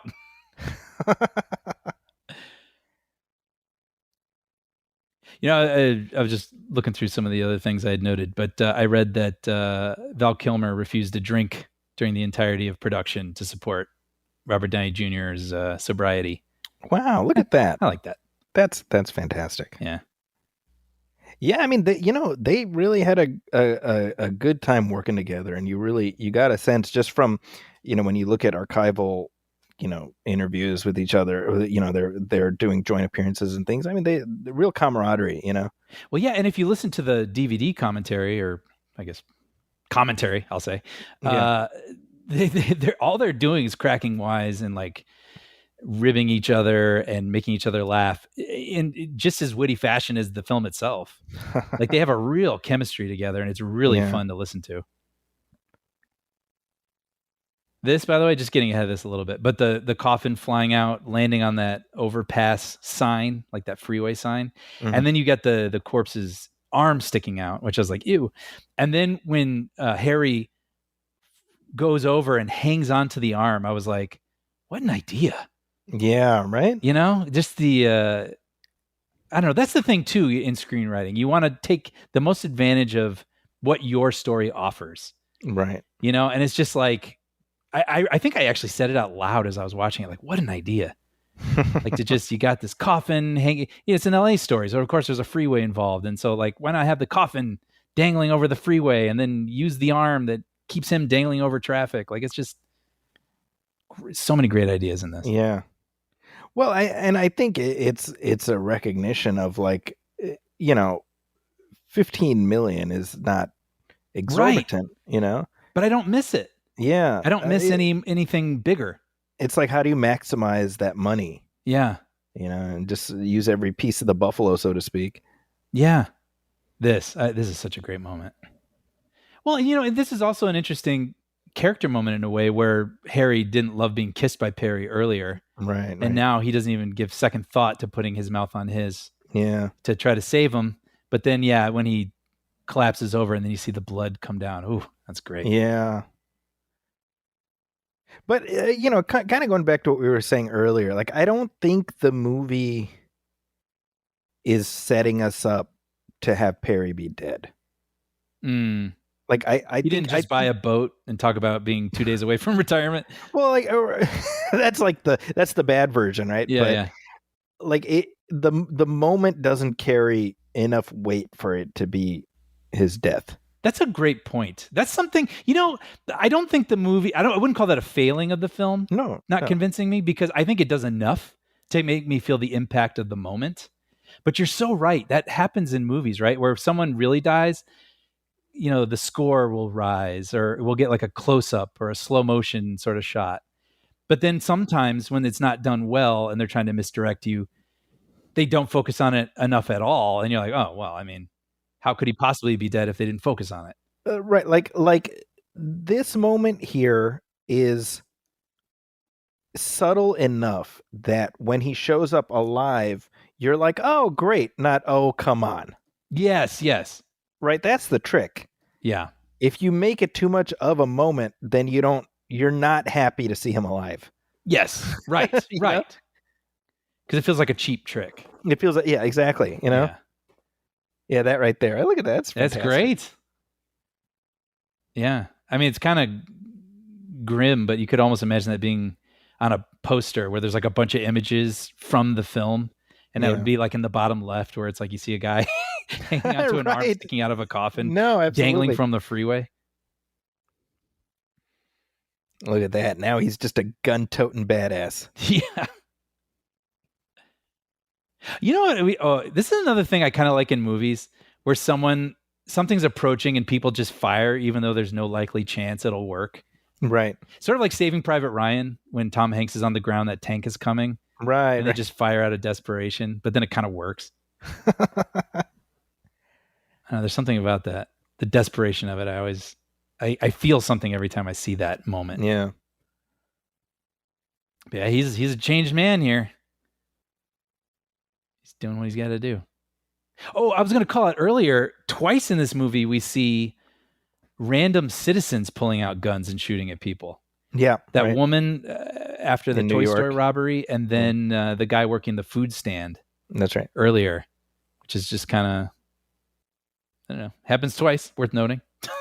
If I had a nickel, I'd have 2 nickels. But hey, worth calling out to mangle that meme. I love that, we get the trope of like, oh, the book stopped the bullet. And it's like, Yes! no, it actually didn't. I love that too. It plays on like, that's sort of movie shorthand, Yep. And it's like, no, it a bullet would not in fact be stopped by a book. Not a dime store novel. Yeah. Yeah, that was great. Oh, I forgot. And then I was going to call, again, The Nice Guys, where you get a lot of the Shane Blackness of it, this, mismatched duo, but also you get that weird, surreal humor, almost like Mad Magazine humor for a moment, where there's that giant life-size fly in the car with them. Oh my God. And in this one, I had totally forgotten about this, where they're in the hospital and they're commenting on endings and people surviving. And it's like, well, why don't we bring everybody back? And then you see all the people who died in the movie come into the room. There's big smiles on their face. Yeah. And then Abraham Lincoln walks into the room. And Elvis. Yes. Like, I love the swing, and somehow it works. It fits. Yeah. All the dead characters like, we had fun, didn't we? So funny. Elvis, he's like, no, the nurse is like, get out. And even the characters in the scene, it's not like they're not aware. Yeah. Perry sees it. It's like, huh? Oh, well, anyway. Anyways. I want another movie. Well, I'm saying that as a movie from Shane Black has just come out like a week ago. Yeah. So I got to give it a shot. You got some homework. Yeah, but man, this guy should be making so much more stuff. That's true, but I mean, honestly, it's like I love his sensibility, right? And I think that we commented earlier, right? Like neither of us was like blown away by the Predator, Yeah, yeah. But certainly, what I remember appreciating the sort of flickers of his personality that I was able to get from that movie, Right. And more so than that, I mean, I did in fact enjoy Iron Man 3, and I liked it more on repeat viewing. Same. Because I was really able to appreciate how it was allowing Robert Downey to do something similar but different with this character that he was identified with. And like you said earlier, I just like that he was like, hey, Shane Black, you helped get me part of the way here. I'm gonna do you a solid too, Yeah. I think, I don't know. I mean, you want to believe that like people have that kind of decency for each other, Totally. And I guess let me put it this way. Like, I'm not saying we need a movie from him every other year, because then it might actually tire itself out a little bit. But if he has a story that he feels passionate about, I want to live in a world where he gets to make it. Yeah. No, absolutely. Oh, yeah, this is sweet. Look how far we've come. The two of them like old chums walking down the hall. Yeah. Perry leaning literally on Harry.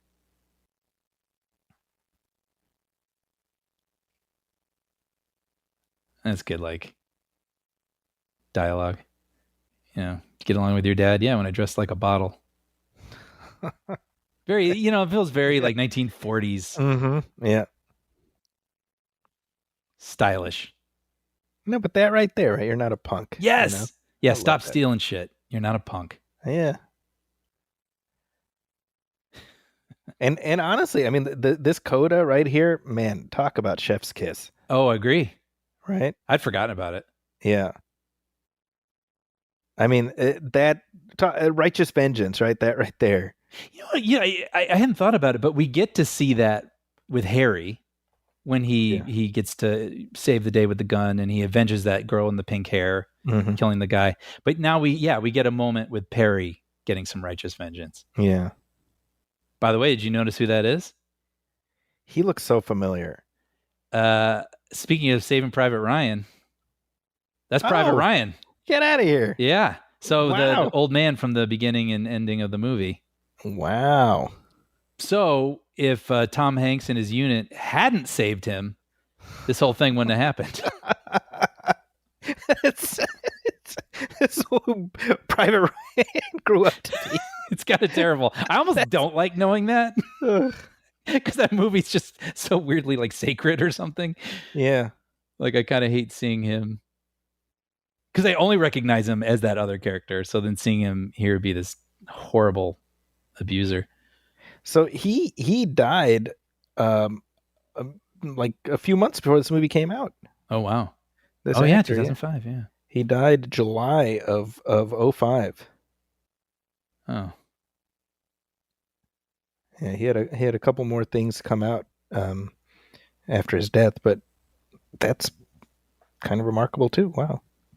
I like the decision here too, because I didn't remember this part. And, he's got tubes, the father, tubes running in and out of him.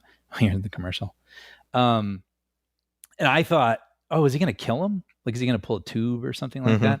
And I like the decision more. It's a little bit more heroic. It'd be weird to just shoot an old man in a bed. No, I agree. To slap him. Like there's something, it's not even like a punch. Yeah. Like there's weirdly almost something like more. It's emasculating. Emasculating. Yes, exactly. Like just slapping him in this bed. Like it just, and Perry knows this guy's on borrowed time anyway. Yeah. But he gives them the indignity. Yeah, exactly. Yeah, like I I know like what that. you do. I know you're a piece of shit. Yeah.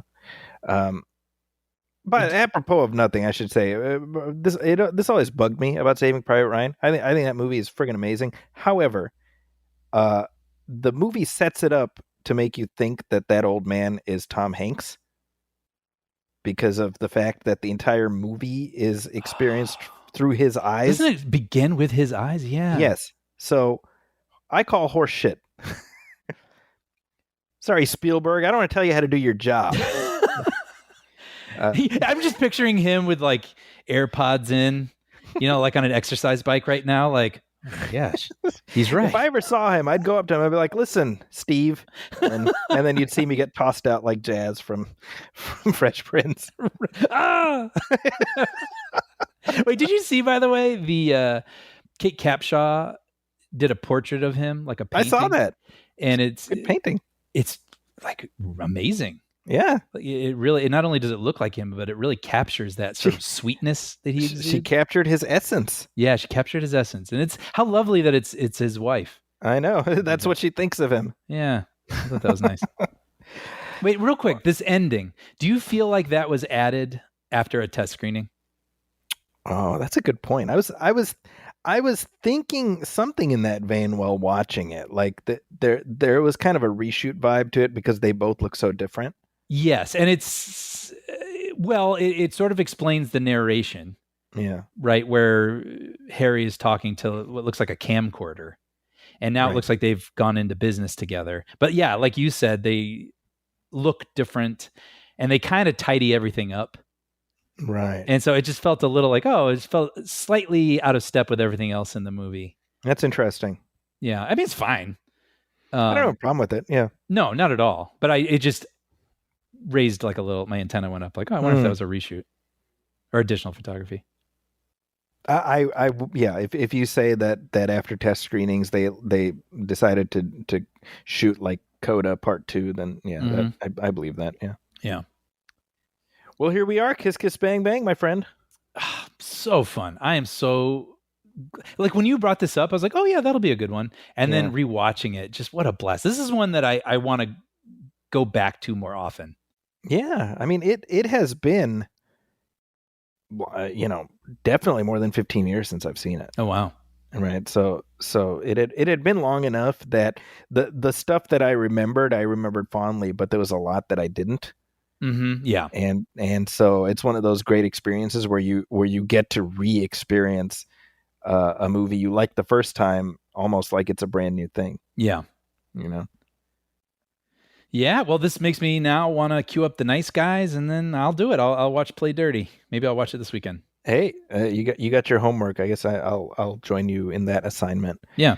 But yeah, I fully expect we'll be back probably around a year from now to talk through The Nice Guys for its 10th anniversary. Wow, that seems apropos. Yep. But hey, let us know your thoughts on Kiss Kiss Bang Bang if this is a movie that you've seen. And if you haven't seen it, I hope this will be the thing to kind of nudge you towards that direction, in which case, hey, let us know what you think after hearing us talk through it. I would love that. I would love to hear people's reactions to this. Let us know your thoughts. If you have any other questions or comments or commentary suggestions, which we do get all the time and many times we follow up on, you can email us at moviefilmpodcast@gmail.com. You can also hit like on our Facebook page, facebook.com/moviefilmpodcast, and message us there. As always, please go to Apple Podcasts and leave a review, leave a star rating, let people know what you think if you like what we're doing. Also, if you're listening to this on YouTube, please hit subscribe, hit like, and also leave comments because we do interact there as well. Hey, we also have a Patreon page, Brian. That's right. If you head over to patreon.com/moviefilmpodcast, hit subscribe for only $5 a month. You'll find every commentary we've ever done. And at this point, there's over 130 of them. Mm-hmm. And every episode we do moving forward, absolutely ad-free. We like to say our free feed will always be available, but this is our way of providing what we believe is the most satisfying way to enjoy the show. So there's no ads or interruptions butting in, which could be especially annoying if you're trying to watch along with the movie. Plus, your subscription goes a long way in helping to support us and helping to sustain producing this show. So if you're interested and able, please head over to patreon.com/moviefilmpodcast and subscribe. We'd be very grateful. And hey, if you're looking for me online, you can find me on social media at Zacky's Corner. That's ZAKIS Corner.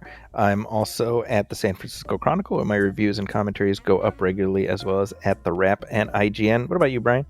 You can find episodes I've written of Puppy Dog Pals and Young Jedi Adventures streaming at Disney+. Well, with that, on behalf of my partner Brian Hall, my name is Zachy Hassan. This has been our movie film commentary track for Kiss Kiss Bang Bang. We'll catch you next time. Thanks, folks.